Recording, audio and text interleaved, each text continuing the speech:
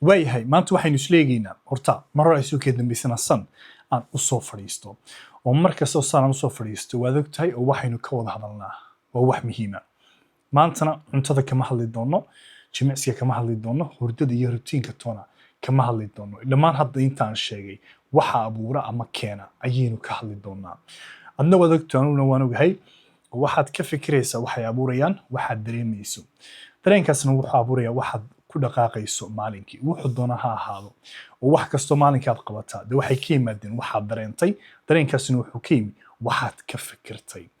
marka 4 shay ayaynu si wanaagsan u gudageli doonaa 4tuba way isku xiran yihiin marka dhamayso fiidiyogan si aad wax uga qaadato markuu fiidiyogan dhamaado waayo waxaan doonayaa halkaad hadda aad taagan tahay ha sarreyso ha dhaxayso ama ha hooseyso bartaad hadda aad taagan tahay inaad ka dhaqaaqdo waad horumar aad samayso kow aqoonsiga naftaada waxay dadka kale ka aqoonsan yihiin marnaba taasi muhiim aha mana bedeli kartid waxaad adigu naftaada ka aqoonsan tahay taasaa muhiima haddii aad u fikirto oo tiraahdo caataan ahay oo jiimka aniga looguma talagelin ama jimicsi inaan sameeyo jidhkayga looguma talagelin caataan ahay oo muruqyo ma dhisi karo oo macquul ma noqonayso sidoo kale jidhkayga ma korin karo hebel ama heblaayo waxa uu haysto ama ay haysato wuxuu ku helay ama ay ku heshay nasiib ama wuxuu ku dhashay ama ay ku dhalatay haddii aad sidaa aad u fikirto hadda halkaa taagantahay baad taagnaanaysaa tanna xumaaniga ma aha ee anigaa caddayn u ah waad ogtahay miisaankaygu markuu waa 67 kiilo yaan aadka caatadaan u ahaa ee jidhkaygu kor ilaa hoos isku sinaa waxa aniga aqoonsi ii noqotay waqtiga waxay dadku igu lahaayeen taasoo ahayd miisaankaagu aad buu hooseeyaa jiimka adiga laguguma talagelin aad bad caato u tahay muruqyo ma dhisi kartid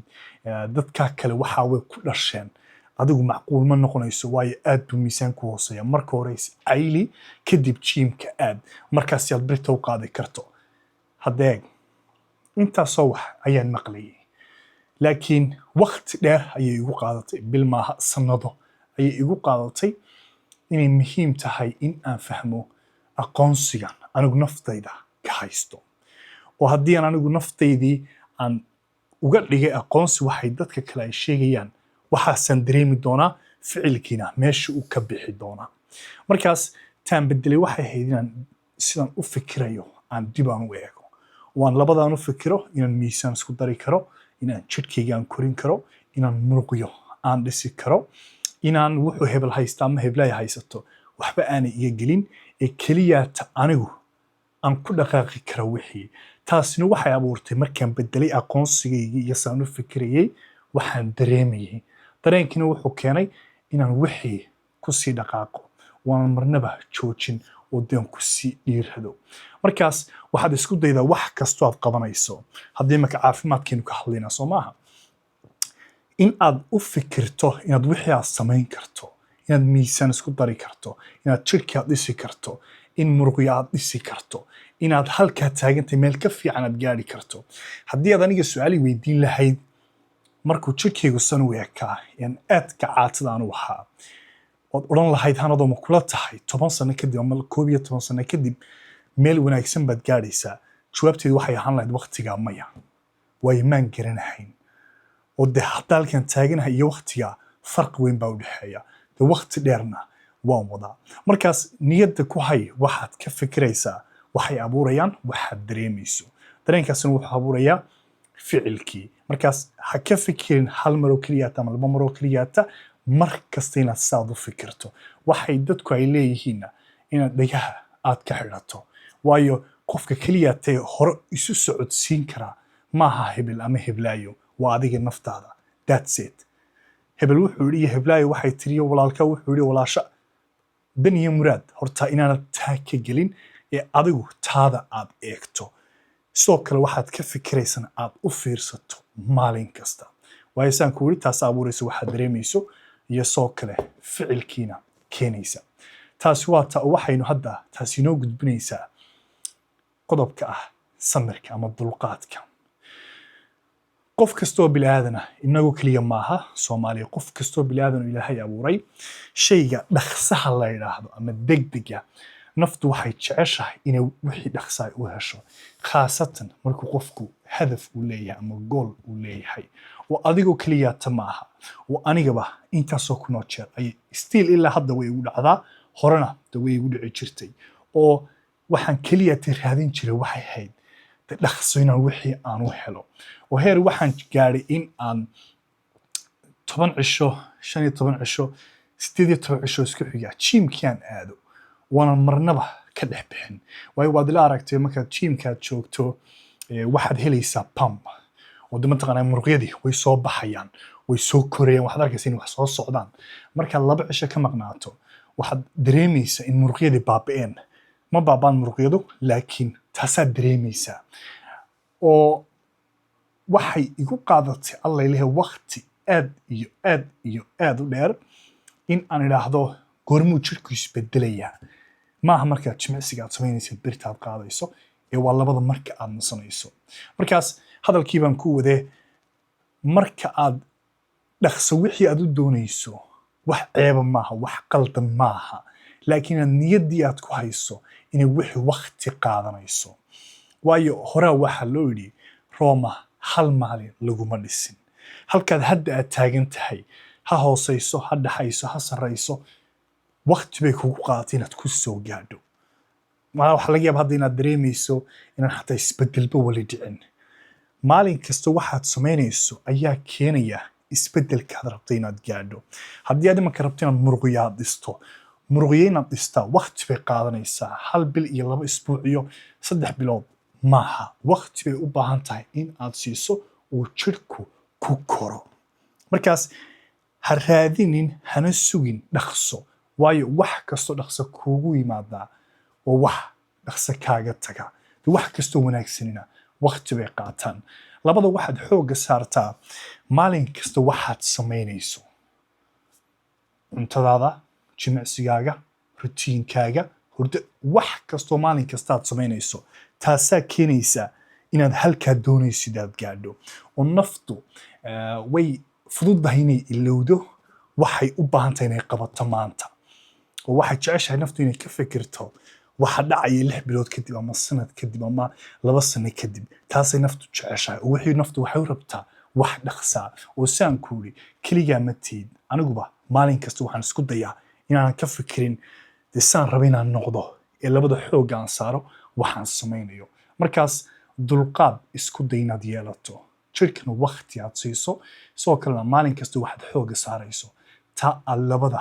ka warhayso waayo haddii aad maalin kasta waxaad samaynaysa aad ku dhiirato si kastoo aad dareemayso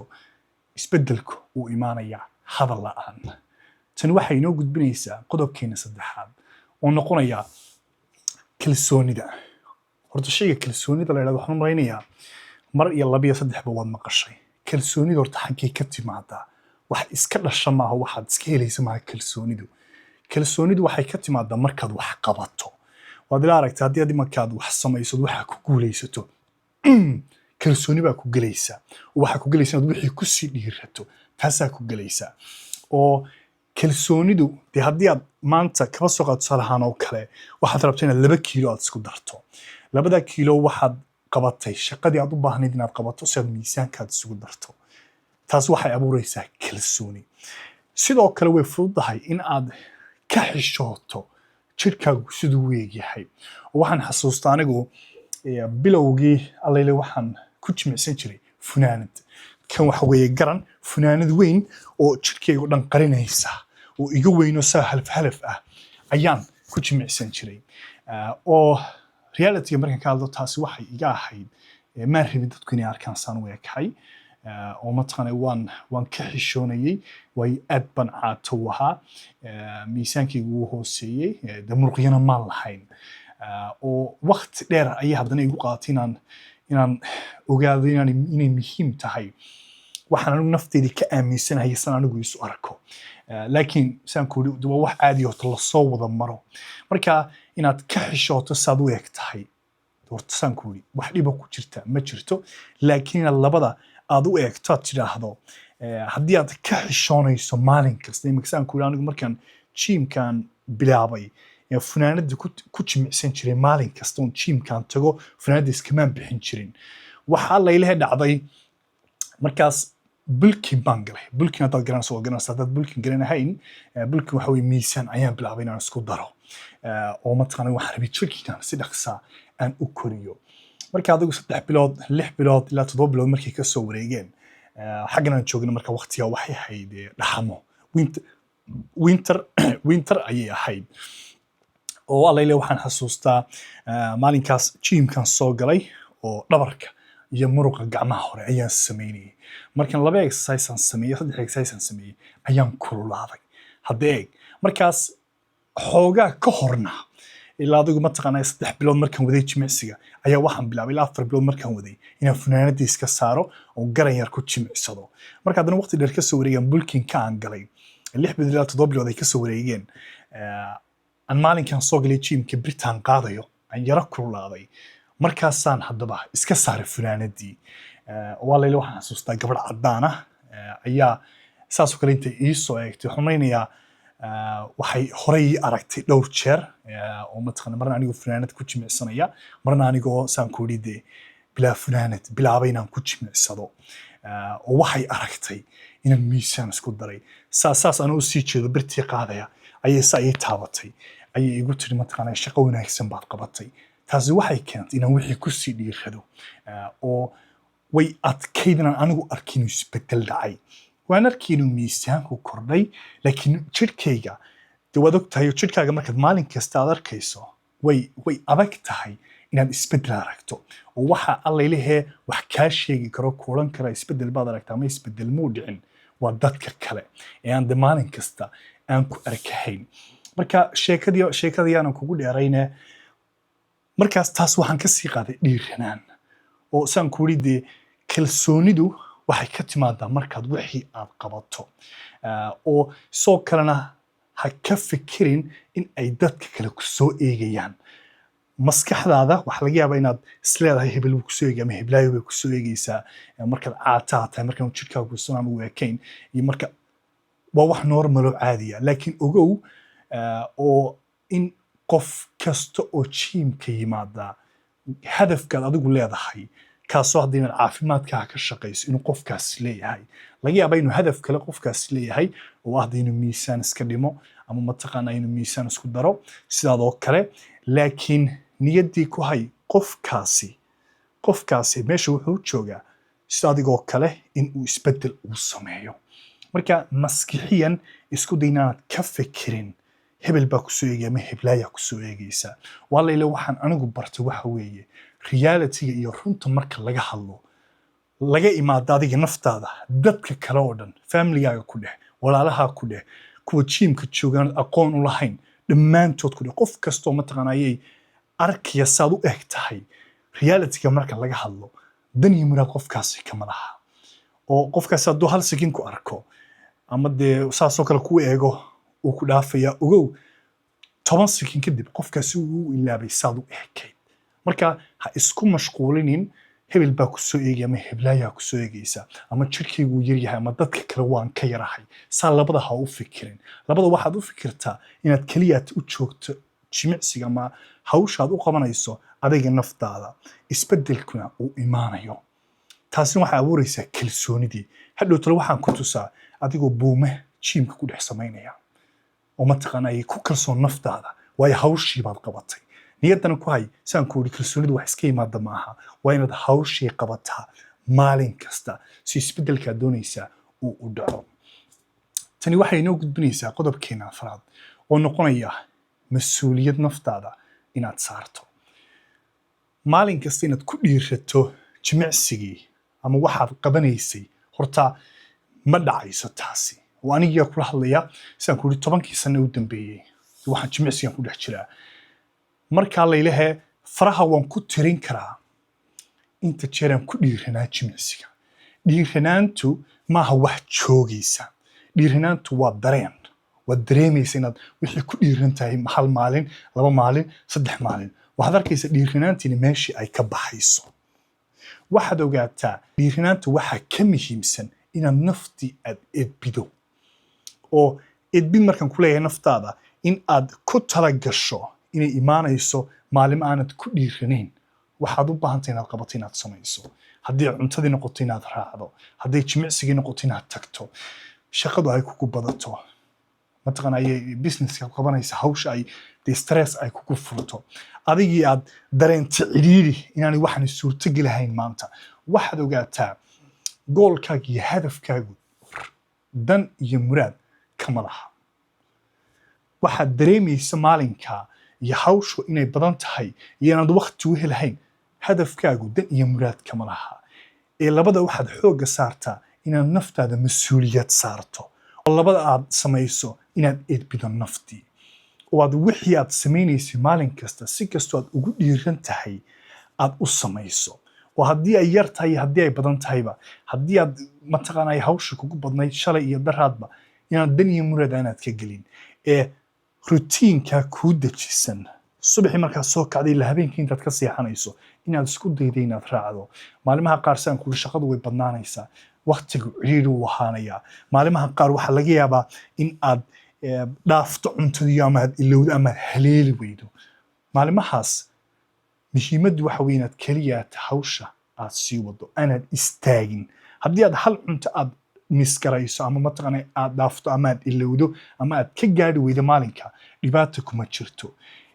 maalinka ku xiga inaad haddana hawshii aad ku celiso oo cuntadii maalinka aad dhaaftay ama aad ilowday ama aad waqti aad u heli weyday inaad isku daydo inaad cunto waanaad isbuuca dhan aanaad odhan maalinkaasuu iga xumaaday isbuuca inta kale hadhay way xumaanaysaa ama shalay oo kale jiimkii waan haleeli waayey ama jimicsigii waan samayn kari waayey oo inta hadhay isbuucan ma samayn karo ama ma haleelayo inaad naftaadii mas-uuliyadaad saarto waa labada edbida naftii waad ku edbida waxay u baahan tahay inay qabato maalin kasto si kastoo aad dareemayso daal kastoo jira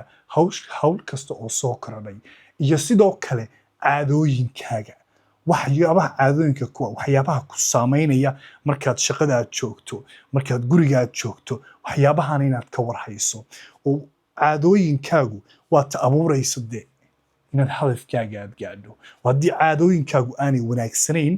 halka taaganta ayuunbaa sii taagnaanaysaa marka si kastoo ay noqotaba naftaada mas-uuliyad saar oo ha isku xidhin maanta kuma dhiirani jimicsigii maanta waqti ma helayo maanta kambaa igu adag maanta cuntadan waan haleeli waayey maanta hawsha iyo stresska iyo daalkab ogowsaan ku uri meeshaad rabta inaad gaadha ama isbedelkaad rabta inaad samaysaa dan iyo muraad kama laha saad dareemayso